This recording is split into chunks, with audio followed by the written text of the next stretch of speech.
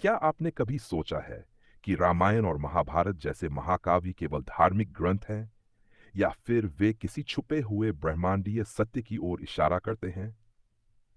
क्या ब्रह्मास्त्र वास्तव में एक न्यूक्लियर हथियार था? क्या रावण का पुष्पक विमान एक उड़ने वाला एलियन यान था? क्या अर्जुन और कर्ण जैसे योद्धा किसी अंतरगैलेक्टिक युद्ध के सैनिक थे? और क्या भगवान श्री कृष्ण किसी ब्रह्मांडीय शक्ति के प्रतिनिधि थे? नमस्कार मित्रों, आप देख रहे हैं और आज हम आपको ले चलेंगे एक ऐसी यात्रा पर जहां इतिहास, धर्म और विज्ञान की सीमाएं धुंधली हो जाती हैं। धार्मिक ग्रंथ या ब्रह्मांडीय रिकॉर्ड, रामायण और महाभारत को हम सिर्फ धार्मिक ग्रंथ मानते आए हैं, लेकिन इनमें वर्णित घटनाएं, अस्त्र शस्त्र, आकाशीय विमान और युद्ध की रणनीतियां किसी सामान्य युग की नहीं लगती। रामायण में लिखा है कि रावण का पुष्पक विमान हवा में उड़ता था, दिशा बदलता था और कई लोगों को एक साथ ले जा सकता था। महाभारत में अर्जुन और श्री कृष्ण का युद्ध के दौरान विराट रूप देखना, क्या ये मात्र कल्पना थी या किसी मल्टी डायमेंशनल रियलिटी का अनुभव? पुष्पक विमान, यूएफओ का संकेत। आइए सबसे पहले बात करते हैं पुष्पक विमान की। रामायण में यह वर्णन है कि रावण का पुष्पक विमान मन की गति से उड़ता था, कहीं भी जा सकता था और ध्वनि रहित गति से चलता था।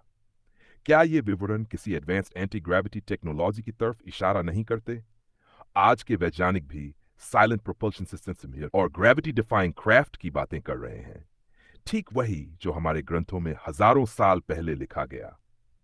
ब्रह्मास्त्र, परमाणु बम से भी शक्तिशाली? महाभारत में ब्रह्मास्त्र का वर्णन किया गया है, जिसे छोड़ने से पहले चेतावनी दी जाती थी, क्योंकि वह एक पूरे क्षेत्र को नष्ट कर सकता था।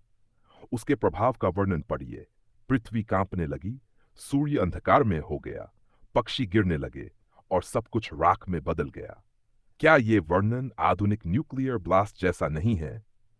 और क्या यह संभव है कि उस युग में इंसानों के पास एक्स्ट्रा टेरेस्ट्रियल या डिवाइन टेक्नोलॉजी थी? विराट रूप, मल्टी डिमेंशनल एंटिटी? जब श्री कृष्ण ने अर्जुन को अपना विराट रूप दिखाया, तो अर्जुन ने समय को एक साथ बहते देखा, जन्म और मृत्यु को एक साथ देखा। क्या यह किसी होलोग्राफिक प्रोजेक्शन या मल्टी डायमेंशनल विजन का अनुभव था? क्या श्री कृष्ण केवल एक व्यक्ति थे या वे किसी ऐसी शक्ति के प्रतिनिधि जो इस ब्रह्मांड से परे है? गांडीव और Sudarshan Chakra, sound and laser technology. Arjun का गांडीव, एक ऐसा धनुष जिससे निकले बाण दुश्मन को भेदते हुए लक्ष्य को खोजते थे। क्या यह गाइडेड मिसाइल की प्राचीन संकल्पना थी? और सुदर्शन चक्र, जो सोचते ही लक्ष्य पर चला जाता था और वापस लौट आता था, क्या यह एक इंटेलिजेंट ड्रोन या एडवांस्ड लेजर वेपन नहीं था? राक्षस, क्या वे एलियंस थे? रावण, हिरण्यकश्यप, महिषासुर जैसे असुरों का वर्णन किया गया है कि वे विशाल, अनेक सिरों वाले, पृथ्वी पर बोझ बनने वाले जीव थे। वे देवताओं से युद्ध करते थे, उनके पास विशेष प्रकार की टेक्नोलॉजी होती थी और वे पृथ्वी से ऊपर के लोकों में रहते थे। क्या ये किसी और ग्रह या आकाशगंगा के प्राणी थे जिन्हें आज हम एलियंस कहते हैं? क्या ये युद्ध पृथ्वी और किसी दूसरे ग्रह के बीच हो रहा था? अंतरिक्ष और सप्तलोकों की अवधारणा। सनातन धर्म में 7 लोक का उल्लेख है: भूलोक, भूवलोक, स्वलोक, महलोक, जनलोक, तपलोक, सत्यलोक। ये 7 लोक अंतरिक्ष की विभिन्न अवस्थाओं जैसे प्रतीत होते हैं। क्या ये 7 ग्रह या 7 आयाम डायमेंशंस थे? और क्या इन लोकों के बीच जो युद्ध होता था, वो सिर्फ धार्मिक नहीं, कृत्रिम बुद्धिमत्ता, ऊर्जा और एलियन इंटरवेंशन से जुड़े थे? नासा और मॉडर्न साइंस क्या कहता है? नासा और अन्य वैज्ञानिक संस्थान अब स्वीकार करते हैं कि यूनिवर्स में अरबों ग्रह और गैलेक्सी हैं और इंटेलिजेंट लाइफ का अस्तित्व संभव है। नासा द्वारा देखे गए यूएफओज और अनएक्सप्लेन्ड एरियल फिनोमेना क्या सिर्फ कोइंसिडेंस हैं? क्या ऐसा हो सकता है कि जो शक्तियां आज भी हमारी धरती को देख रही हैं, वे वही हैं जिनका वर्णन हमारे ग्रंथों में पहले से किया गया है? ऋषि मुनियों की अंतरिक्षीय शक्ति।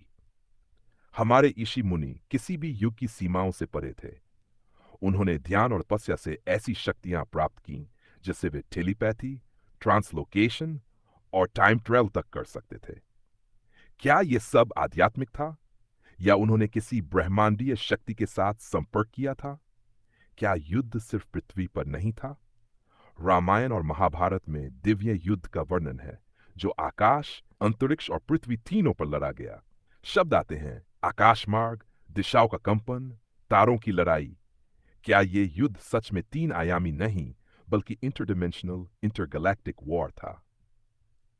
तो क्या निष्कर्ष निकले? सवाल उठता है, क्या ये सब केवल धर्म की भाषा में लिखी गई विज्ञान है? क्या हमारे पूर्वज एलियन नहीं बल्कि ब्रह्मांडीय उच्च चेतना से जुड़े इवॉल्व बीइंग्स थे? या फिर क्या एलियन सभ्यता वास्तव में हमारी सभ्यता का हिस्सा थी और अब भी है? कंक्लूजन, अब निर्णय आपका है। आप तय करें, रामायण और महाभारत केवल धर्मकथाएं थीं या वह जान जिसे आज की विज्ञान भी धीरे धीरे पकड़ने की कोशिश कर रहा है? हमने वो जान खो दिया है जिसे हमारे पूर्वजों ने हजारों वर्ष पहले समझ लिया था। अब समय है उस खोए हुए सत्य को फिर से खोजने का, क्योंकि जब धर्म, विज्ञान और ब्रह्मांड एक साथ मिलते हैं तब बनता है सनातन सत्य। अगर आपको ये वीडियो जानकारीपूर्ण और चौंकाने वाला लगा हो तो इसे जरूर शेयर करें, कमेंट में अपनी राय दें और हाँ, ऐसे और रहस्यमय लेकिन सत्य से भरे वीडियो देखने के लिए चैनल पीके राजपूत को सब्सक्राइब करें और अपने इतिहास से दोबारा जुड़ें। मिलते हैं अगले ब्रह्मांडीय रहस्य में। जय सनातन, जय भारत।